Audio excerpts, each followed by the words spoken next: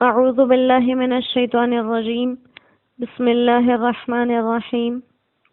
سورۃ المجادلہ آیت نمبر 9 سے 11۔ یا ایہا الذین آمنوا، اے ایمان والو، اذا تناجیتم، جب تم سرگوشی کرو، فلا تتناجوا، تو مت کرو سرگوشیاں، بالاثم والعدوان، گناہ کی اور زیادتی کی، ومعصیت الرسول، اور رسول کی نافرمانی کی، وتناجوا، اور سرگوشی کرو، بالبر،